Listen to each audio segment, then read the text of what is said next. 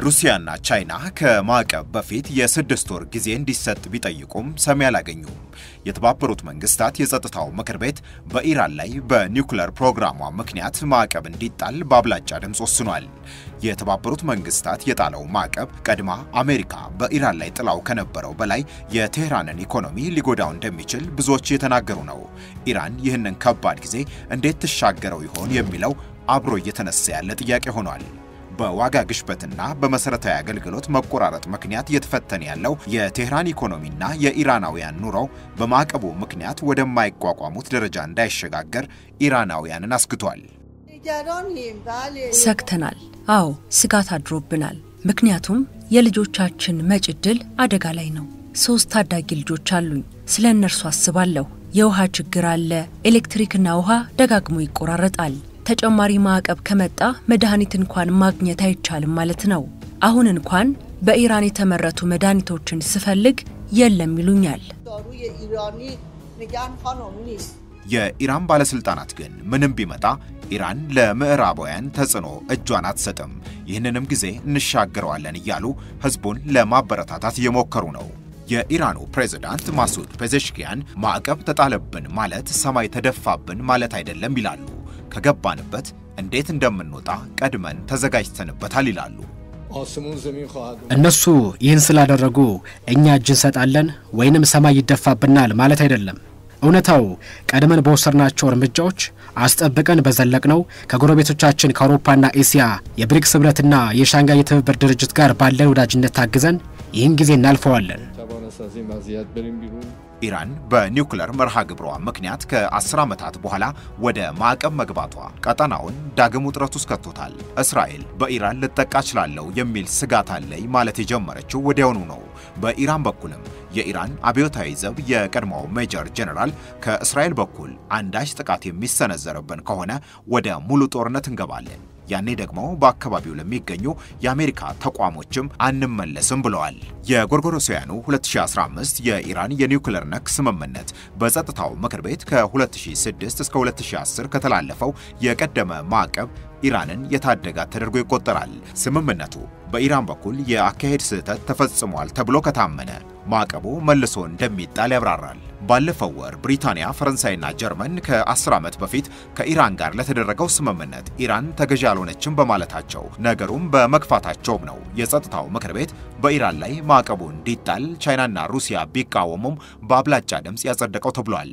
በምዕራባውያኑ ሀገሮች በኩል ከ2015 ስምምነት አፈንግጣ ኢራን የዩራኒየም ማብላላት አቅሟን ከ3.5% ወደ 60% አሳድጋለች የሚል ተቃውሞ ይቀርብባታል። እንደ ትንታኔው ከሆነ ይህ አቅም ኢራን 400 ኪሎ ግራም የተብላላ ዩራኒየም ክምችት እንዲኖራት አድርጓል። ይህ ደግሞ ኢራን ከፈለገችና ከወሰነች በአጭር ጊዜ የኒውክሌር ቦምቦችን ወደ መስራት ሊያሸጋግራት ይችላል የሚል ነው ስጋታቸው። በኢራን በኩል ሁሌም መርሃ ግብሬ ለሰላማዊ ዓላማ የታለመ ነው የሚል መከራከሪያ ይቀርባል።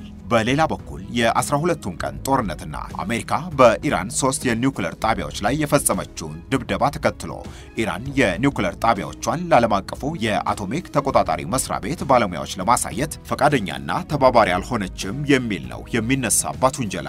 በዚህም ምክንያት የአውሮፓ ሀገራት ከማዕቀቡ በፊት ለኢራን 3 አማራጮችን ማቅረባቸው ይነገራል።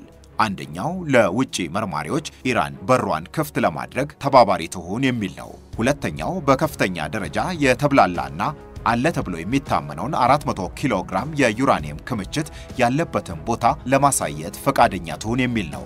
ሶስተኛው ከአሜሪካ ጋር የምታደርገውን የኒውክሌር ነክ ድርድር ያለምንም ቅድመ ሁኔታ እንድትጀምር የሚጠይቅ መሆኑ ተነግሯል። የኢራኑ ፕሬዝዳንት ፔዜሽኪያን የአሜሪካ ፍላጎት የዩራኒየም ክምችቱን አስረክቡንና ማዕቀቡ ለ3 ወር ተራዝሞ ይታይ የሚል እንደነበር አንስተው ሐሳቡን ምክንያታዊ ያልሆነ ብለው ገልጸውታል። በጎርጎሮሳውያኑ 2015 ከተጀመረው የኢራን የኒውክሌር ነክ ድርድር የአሜሪካው ፕሬዝዳንት ዶናልድ ትራምፕ በመጀመሪያው የስልጣን ዘመናቸው ሀገራቸውን በማስወጣት ለብቻቸው በኢራን ላይ ማዕቀብ መጣላቸው ይታወቃል። ኢራናውያንም በዚሁ ምክንያት ለስምምነቱ መጣስ ተጠያቂዋ አሜሪካ እንጂ እኛ አይደለንም የሚል መከራከሪያን ያቀርባሉ። የአሜሪካን አካሄድ ተከትሎም የአውሮፓ ሀገራት ከኢራን ጋር ያላቸውን የንግድ ትስስር አቋርጠዋል። ይህ ሁሉ ስምምነቱ በኢራን በኩል ሳይሆን በራሳቸው በምዕራባውያን ለመጣሱ ማረጋገጫ ነው ትላለች ቴህራን። በኢራን ላይ የተላለፈው ማዕቀብ ከጉዞ ክልከላ እስከ ኢኮኖሚያዊ ጫናና የገንዘብ እገዳ የሚደርስ እንደሆነ ተነግሯል። መነሻቸው ከኢራን የሆኑ የካርጎ ጭነቶችን አለማስተናገድን የሚጨምር ሲሆን ይህም በአየርና በባህር የሚደረግ ጭነትን ሁሉ ይጨምራል ተብሏል። የኢራን መንግስት ንብረት የሆኑ የነዳጅ መጫኛ ታንከሮችን ማገድም የስምምነቱ አካል መሆኑ ተነግሯል። ወሳኝ የሆኑ የመለዋወጫ ዕቃዎችን ኢራን እንዳታገኝ ማድረግ፣ በሶፍትዌር ምርቶች ላይም ክልከላና ገደብን መጣልም የማዕቀቡ አካል እንደሆነ ተነግሯል። በኢራን ላይ ከፍ ያለ ተጽዕኖን ሊያሳድር ይችላል የተባለው ማዕቀብ ቢጣልም ቻይናና ሩሲያ ግን አሁንም በኢራን ጉዳይ ያላቸው አቋም ባለበት እንደሚቀጥል የተነገረ ነው። እንዲያውም ከማዕቀቡ መተላለፍ ዋዜማ ባለፈው ሳምንት ሐሙስ ሩሲያና ኢራን የ$25 ቢሊዮን ወጪን የሚጠይቅ የኒውክሌር ኃይል ግንባታን ለማድረግ የሚያስችላቸውን የመግባቢያ ስምምነት መፈራረማቸውም እዚህ ጋር የሚነሳ ነው። ቻይናም የኢራን ከፍተኛ የነዳጅ ምርት ገዢ ሀገር ሆና እንደምትቀጥልም ተነግሯል።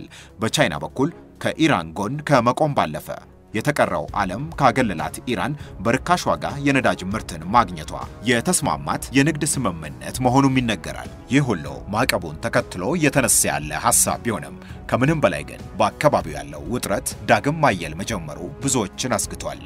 ዩሮፒያን ካውንስል፣ አልጀዚራ፣ ኒውዮርክ ታይምስ፣ ሬውተርስ እና ሌሎች ድረገጾችን በመረጃ ምንጭነት ተጠቅመናል።